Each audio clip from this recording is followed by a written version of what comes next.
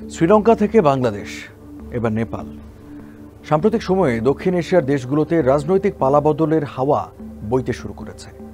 এই অঞ্চলে গত 4 বছরে গণ আন্দোলনের মুখে সরকার পতন হয়েছে 3টি দেশে। বড় ধরনের আন্দোলন দেখেছে ভারতের পশ্চিমবঙ্গ, বিক্ষোভ হয়েছে ইন্দোনেশিয়া, থাইল্যান্ড, মিয়ানমারেও। কথা হচ্ছে, এই যে রাজনৈতিক পালাবদল, তাতে দেশগুলোতে সম্ভাবনা তৈরি হচ্ছে, আশার আলো দেখাচ্ছে, নাকি সংকট আরও ঘনীভূত হচ্ছে? এনডিটিভির এক প্রতিবেদনের আলোকে এর জবাব খোঁজার চেষ্টা করব। আপনাদের সঙ্গে আছি আমি রঞ্জু ইফতেখার। সবগুলো আন্দোলনের ধরন প্রায় একই রকম।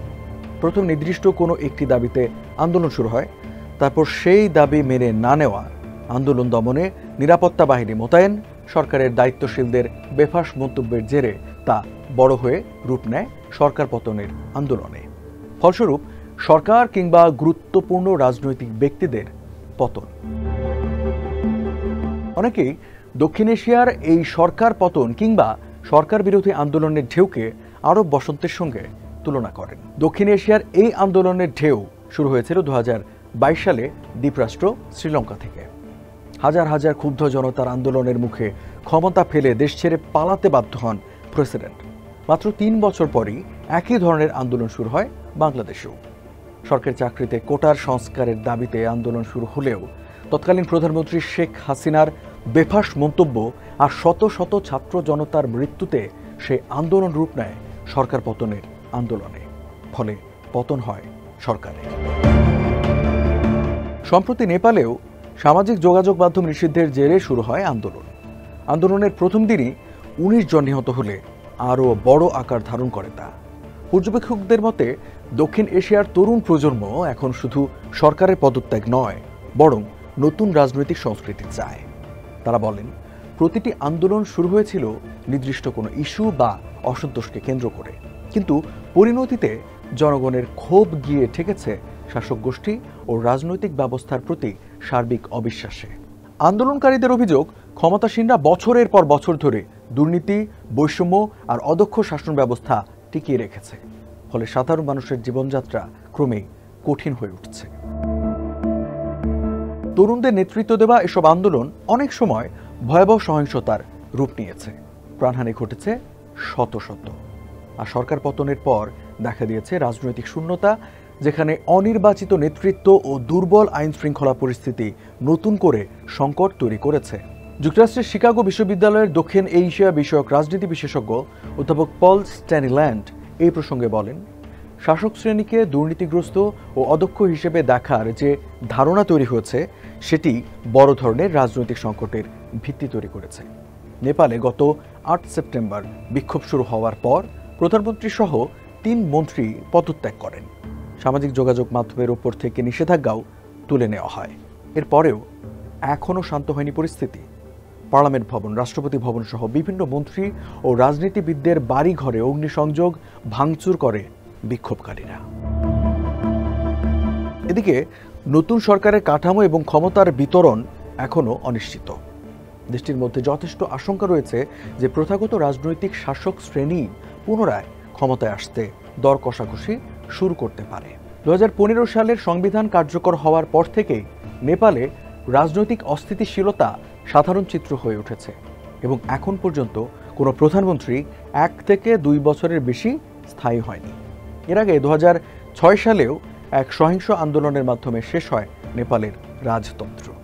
চলমান আন্দোলন নিয়ে পল স্ট্যানিল্যান্ড বলেন, এই সহিংসতা নতুন সরকার গঠন প্রক্রিয়াকে আরও জটিল করে তুলেছে। এখন প্রধান প্রশ্ন হলো, নেপালে পুনরায় শৃঙ্খলা প্রতিষ্ঠা করা সম্ভব হবে কি না, এবং একটি স্থিতিশীল ও কার্যকর রাজনৈতিক ব্যবস্থা গঠন করা সম্ভব হবে কিনা। নেপালের জনগণ যদি বাংলাদেশ ও শ্রীলঙ্কার থেকে দেশের ভবিষ্যৎ সম্পর্কে ধারণা পেতে চায়, তবে তাদের হতাশী হতে হবে বলে মনে করেন বিশেষজ্ঞরা। তাদের মতে, 2 দেশেই সরকার পতনের পর অস্থিরতা বেড়েছে, সমস্যাগুলো আরও জটিল আকার ধারণ করেছে।